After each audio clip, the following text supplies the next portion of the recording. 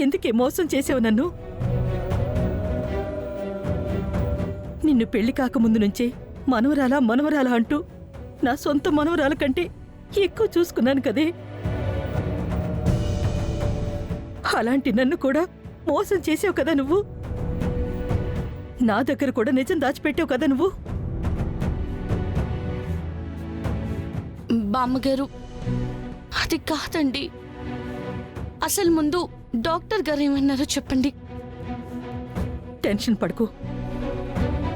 ఈ విషయం నాకు తప్ప ఎవరికీ తెలీదు. అసలు కిడ్నీ ఆపరేషన్ చేయించుకోవడం ఏంటి? చరణ్ బర్త్డే రోజు ఇంట్లో లేకుండా బయటికెళ్ళావు. ఏదో ముఖ్యమైన పనుందనుకుని సర్దుకున్నాను. వచ్చిన తర్వాత అడిగితే ఎవరో తెలిసిన వాళ్ళ ప్రాణాల మీదకొచ్చిందని తప్పక వెళ్ళానని చెప్పావు. వెళ్ళిన పని దీనికోసమేనా? ఎవరో ప్రాణాపాయ స్థితిలో ఉంటే వాళ్ళని కాపాడడం కోసం నీ కిడ్నీ ఇవ్వడం కోసం వెళ్ళావా? ఎవరి గురించి ఆలోచించి అవయవదానం చేయడానికి వెళ్ళేవే నువ్వు? రేపు నీ పరిస్థితి ఏంటి? ఎవరి గురించో చేయలేదు బామ్మగారు. నా కన్న తల్లిని బతికించుకోవడం కోసమే నేను కిడ్నీ ఇచ్చాను.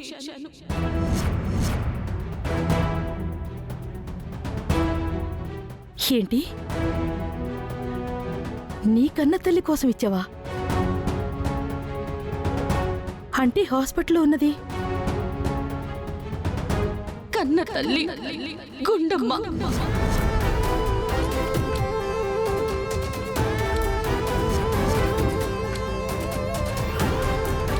ఏం మాట్లాడుతున్నావే? గుండమ్మ మీ అమ్మేంటే? అదే నిజం బామ్మగారు. నా కన్న తల్లి గుండమ్మ. మరి నువ్వు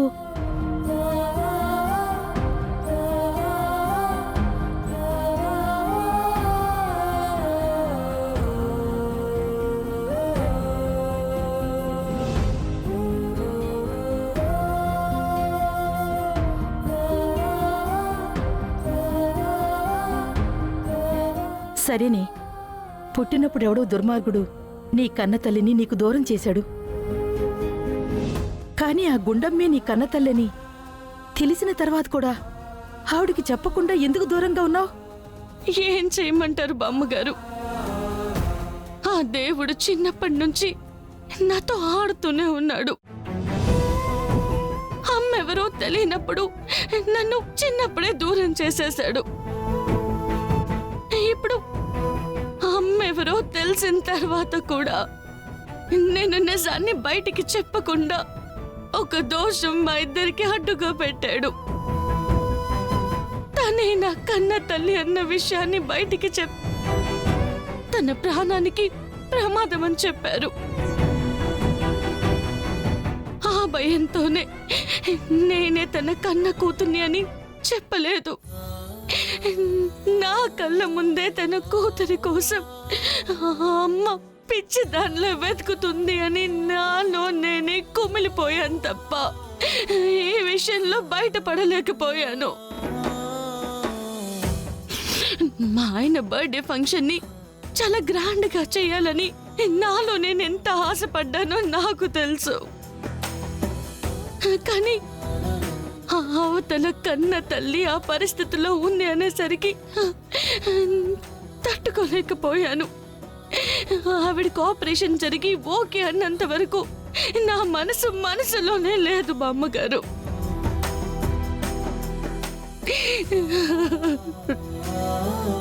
అందరికీ మంచి చేసే నీకు ఆ దేవుడు ఎందుకే నీకిన్ని కష్టాలు పెడుతున్నాడు?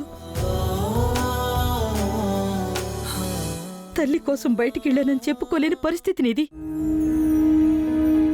ఏదో తప్పు చేసిందల్లాగా నీకు పనిష్మెంట్ ఇచ్చారు. ఇంత బాధను భరిస్తూ అంత పని ఎలా చేసావమ్మా? ఇందాక నిన్ను చెక్ చేయడానికి వచ్చిన డాక్టర్ గారు నాకు తెలిసిన అమ్మాయి కాబట్టి అందరి ముందు చెప్పకుండా నా ఒక్కదానికి ఈ విషయం చెప్పింది. ఆ విషయం తెలియక అందరి ముందు చెప్పేసుంటే ఈ పాటికి నీ పరిస్థితి ఏమయ్యేది?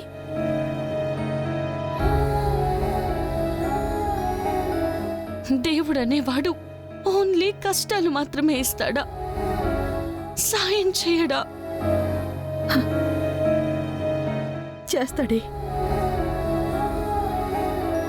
కానీ నీ విషయంలోనే ఎందుకో ఇంకా ఆ దేవుడు ఆలోచిస్తూనే ఉన్నాడు. ఆ దేవుడు నీకు సాయం చేసినా చేయకపోయినా, నీకు తోడుగా ఉన్నా లేకపోయినా, నేను నీకు తోడుగా ఉంటానే. ఈ విషయాన్ని నేను బయట పెట్టను. ఇదిగో చూడు, ఇక నుంచి నువ్వు పనులు చేయడానికి వీల్లేదు. అన్నీ నేనే చూసుకుంటాను. నువ్వు రెస్ట్ తీసుకోవాలి.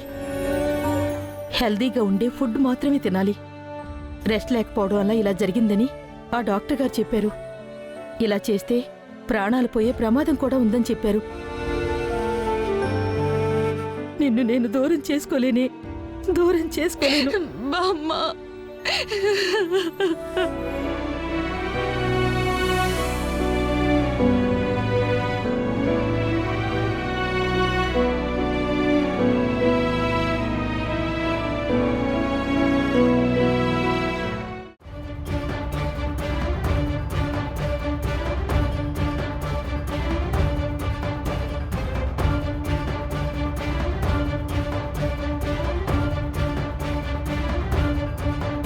ఈ గుండమ్మకి కిడ్నీ దొరక్కపోయినా పీడ పోయేది. దీనికి సేవలు చేయాల్సి వస్తోంది.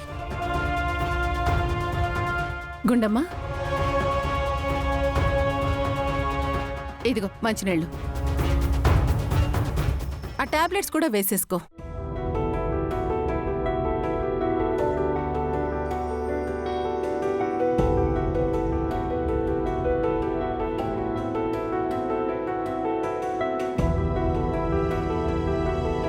యాండి, మావయ్య గారేరి? వచ్చేశానమ్మా. ఎక్కడికి వెళ్ళావు నాన్న? నా కోడలు కుదుట పడింది కదా, అందుకే తన పేరు మీద అర్చన చేయిద్దామని చెప్పి గుడికి వెళ్ళొస్తున్నాన్రా. ఇదిగోరా, బొట్టు పెట్టు.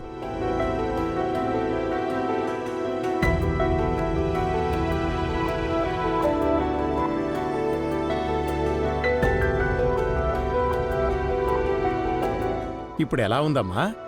పర్లేదు మావయ్య. ఏంటోనమ్మా, నీకిలా జరిగేసరికి మాకెవరికీ కాళ్ళు చేతులు ఆడలేదమ్మా.